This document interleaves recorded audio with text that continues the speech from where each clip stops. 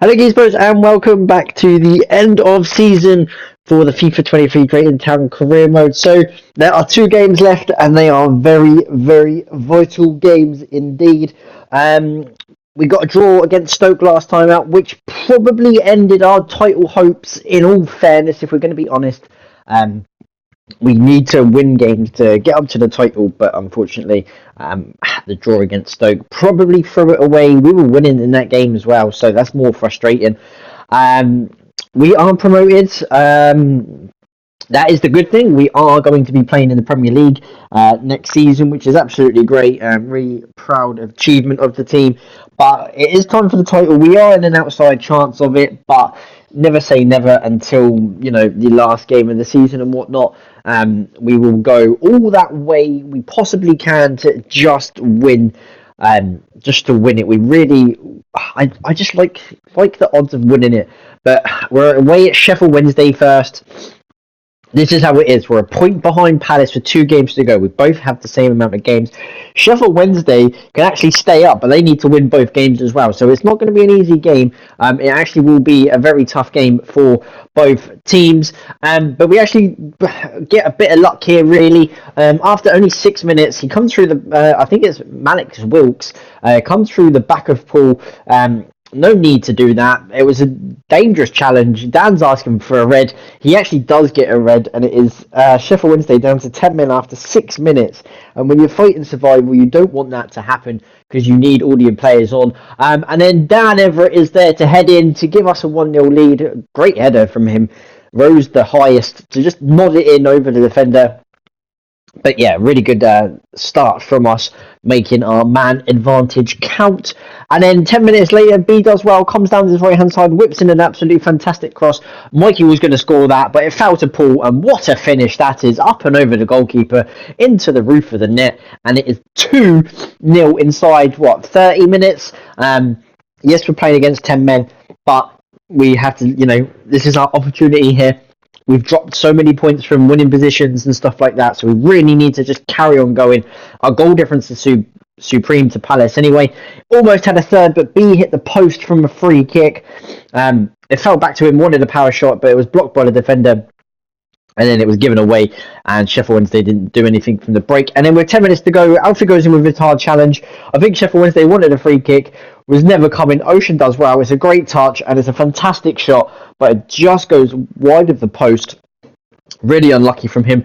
And then Alfie picks it up. He tries a power shot, and the keeper makes a really good save. Just kind of winding down the time, really having a fair few shots at the goal, just to end sort of any chances that they had. But it got played through in the 3rd minute, or 3 minutes to go, shall I say. And Ocean just curls it into the top corner, just bends it round. Fantastic finish. And that is it for that game. That is a fantastic result for us. 3-0. So it goes down to the last game of the season where we play Watford at home, and Palace have, I can't think who Palace have got, but I know they've got someone that's not ideally up there. I think I was trying to think who they had, but they had a home game anyway. Or we both did, shall we say. So yeah, suited and booted, ready for it. I think Mikey, Paul, they're all Joe looking at the pitch just to see what would potentially happen if we win, and if the absolute scenes of us winning the league on the last game of the season. Just had to win. That's all we had to do.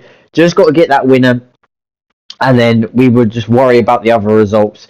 It's not even a draw's not good. A draw would be good enough as Palace lose. Really, we just didn't need Palace to win or draw, but it goes down as a 1-0 goal behind already after 10 minutes. Not in the script what we had whatsoever.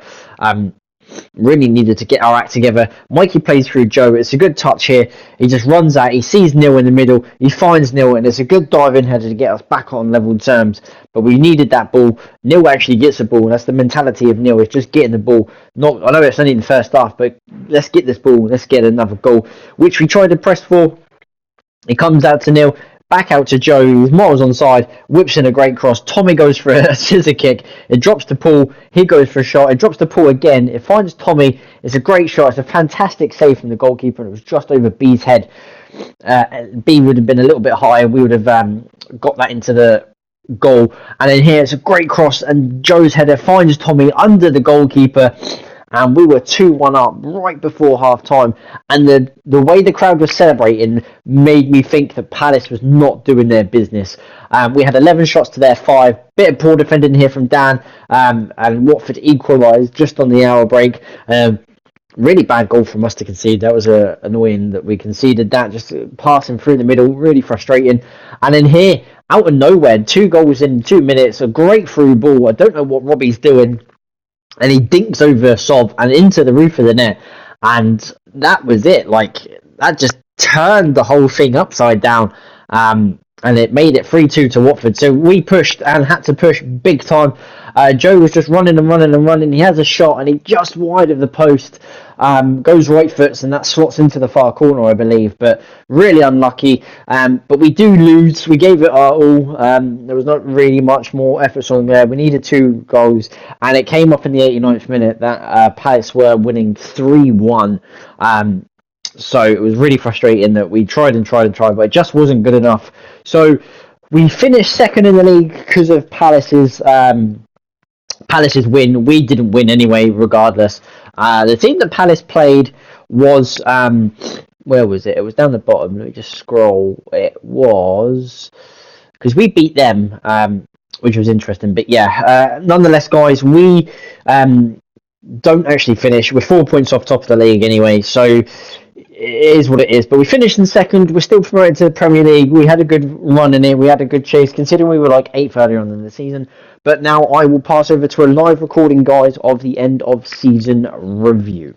Thanks for watching this, guys. Stay tuned.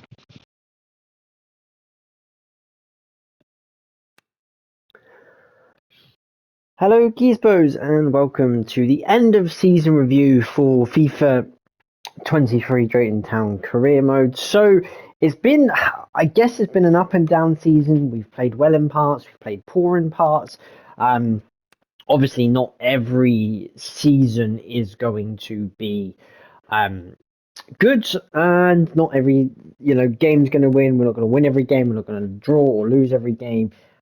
So different things obviously happen during this episode. In retrospect of that, I'm just here to do the end of season review, really, where we finished in the table, more in depth than the stats mainly. But yeah, real good chance to see how everyone did this season for your own player. So we'll go quickly onto the table. Obviously, if you would have seen the end of last episode, everyone knows that we finished second. A win anyway wouldn't have done it. We would have just been 1 point behind Crystal Palace. In the end, I believe they won 3-1 in their game at Hull. So it is literally a case of didn't even matter for us to get a victory, because we would have still come second.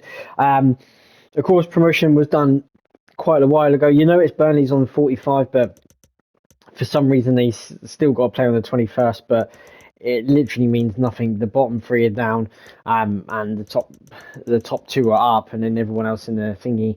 So Burnley will probably rest players because they can't drop down anywhere. So that's really weird why they got an extra fixture. But in terms of us, 46 games played, won 28, drawn 7, lost 11, scored 120 goals in the league, conceded 74. Not great in terms of conceding, I'm not going to lie. That is quite a lot. If we did that in the Premier League next season, I think we should be straight down.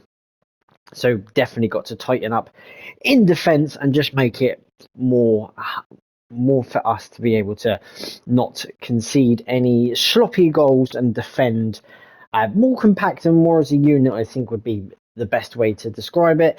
Us and Palace literally had the same record, just that they scored less and conceded less, and we scored more but conceded more. So we beat them once, they beat us once. So it's literally I think it was a 2-horse race for a long time. Burnley were up there. Of course, Burnley beat us twice as well earlier on in the season. So really good episode, or really good season, should I say, quite actually, thoroughly enjoyed the Championship one. Probably the most that we've lost actually in terms of League Two and League One that we've done. So hopefully, I would say we want to keep that to a minimum below 10 next season, but I don't think that's going to happen, especially in the Premier League. Sheffield Wednesday, Ipswich, and Peterborough all go straight back down to League One. Terms of the goals, so there's interesting amount of goals, player development, and everyone who's done actually quite well in terms of stats. If it loads correctly, sometimes you've got to go out to come back in, which I don't really like. So we'll go across from goalkeeper all the way down, and then we'll just put it in order. Actually, no, we'll go in order first, the highest first. So we'll start with Mikey. Ends on the highest goal scoring list, but just for the fact that he scored so many before he was out injured, which meant B couldn't catch up. He gave him a good run for his money though. B on 26 goals with 19 assists. It's probably his most contributed season in career mode in FIFA. So really high from him. Mikey over 30 goals. Absolutely phenomenal in terms of goal scoring stats. I think that's probably his second highest actually, but he seems to like the Championship. He did on the previous FIFAs. He scored like 50 in one season. So Mikey just scores goals no matter what career mode that I do. As I said, B 26, really high for B. Really good actually. Really impressed that he's done that. It's his highest as well. He's ranked 79. He's never been ranked 80. So hopefully in the Premier League he has a good start to that season and can get there. Neil, surprisingly, up on 20 goals and 21 assists for 41 goal contributions this season. Didn't expect Neil to get up to 20. He's one of these people that rarely get up to 20 in all fairness. Sometimes he's more than capable of getting sort of 10 to 15, but 20 for him is actually a half decent effort. Myself got 20 assists, which is half decent for a winger, but the goal contribution of only 12 is not so great. I would have expected more from myself. Probably a little bit disappointed that I didn't get more. I wasn't injured or anything like that. I just didn't have a really, really good season. So a little bit disappointing from me, but that's fine. We can work on that in the Premier League. But of course, it all gets harder from now. You might get the odd game where you might win 3-4-0 and you seem to dominate in them type of games, but not looking likely for the teams that I've seen. I'm going to keep it a secret to who is in the Premier League next season because I don't want to spoil everything. I want you guys to keep coming back. Ocean did well, 12 goals. Surprisingly, all of Ocean's goals came in the Championship. Ocean is my little cup wizard, shall we say. Always scores in and around the cup. There's never not a season where Ocean is not heading in the cup sort of direction. I think this season it was definitely Jax who has been dominating the cup. Previously, he was the top goal scorer for the Golden Boot winner, actually, I think, in the Papa John's Trophy game. So, yeah, he's done really well in terms of that. Paul almost grabbed 10 goals. I think that's probably a first for Paul. In that respect, he's done pretty well in previous FIFAs, but I think this was probably his best season for us in terms of that. Also, Jackson Tommy as well, almost getting there in terms of just grabbing a little bit less goals than what I would have expected. Maybe sometimes double figures in terms of these players to get, maybe even switch it around sometimes. If one of them got a lot of goals, then I would expect someone to get a lot of clean sheets. It didn't seem to be like that because they both got a lot of clean sheets. Paul got 16 and Tommy got 15. Jack's got 8 and 8, which is actually not too bad. 8 and 8 goal contributions, so not too bad from him. Danny, 4 and 4 each. That's pretty decent for Danny. More than happy with his contribution this season. Alfie, 3 and 4. Again, it's not too bad for a person that comes in. Really steps in when obviously players are injured in that respect. So mainly it's when it's Tommy and Paul. But even still, I think I've done it more this episode of FIFAs than I have in previous ones. If players are not playing well, I think I am going to start dropping them. It brings out the best in other players. In terms of Jax, obviously I wasn't playing very well. So Jax came in for me a few times. So yeah, it just makes it a little bit more different. Novio, Dan, and so Novio and Dan both on 2 goals. Chris on 1, Robbie on 1. Dave on 1. So not overly too bad in terms of goals. For them, not really wanting now. I'm going to try and get everyone to score a goal.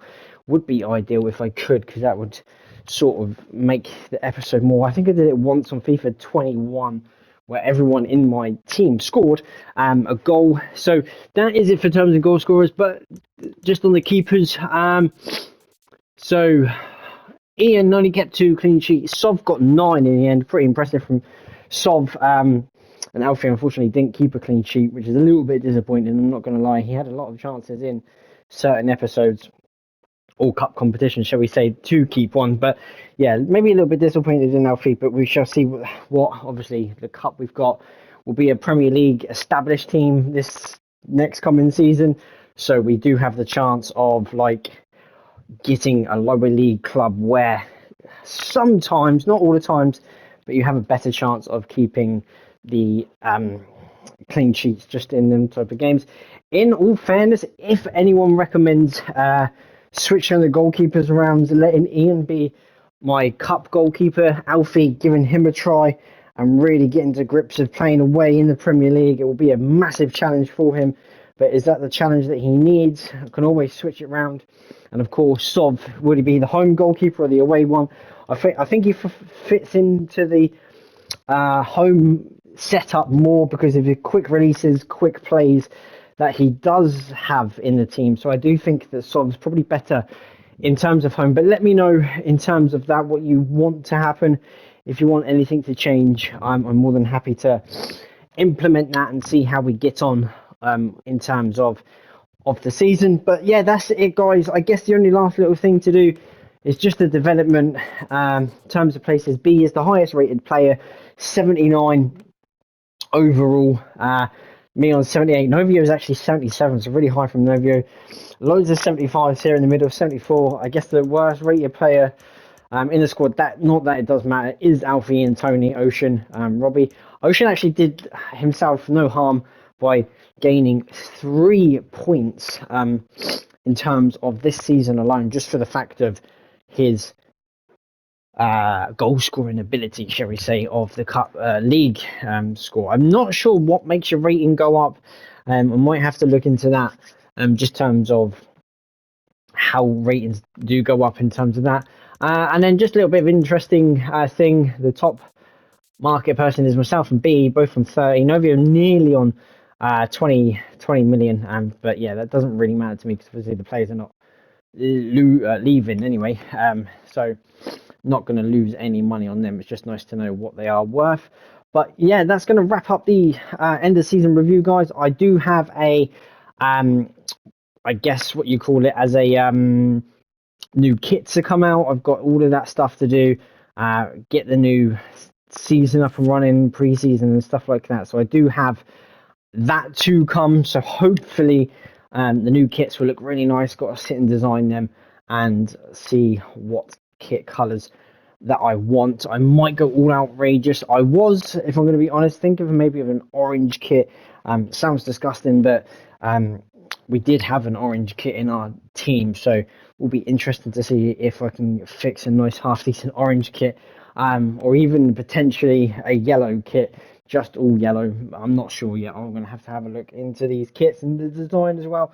The first 2 season kits, the away ones, were the best ones. The pink one that we had, the pink and green, that was absolutely amazing. I like the black and pink one this season, so definitely going to keep the theme of pink, but we shall see what happens. But guys, thank you very much for watching this end of season review. Comment what you want to see next season. Comment it for your players as well if you want to change in your players and sort of situations. But other than that, guys, thanks for watching, and I shall see you all ready for the start of next season.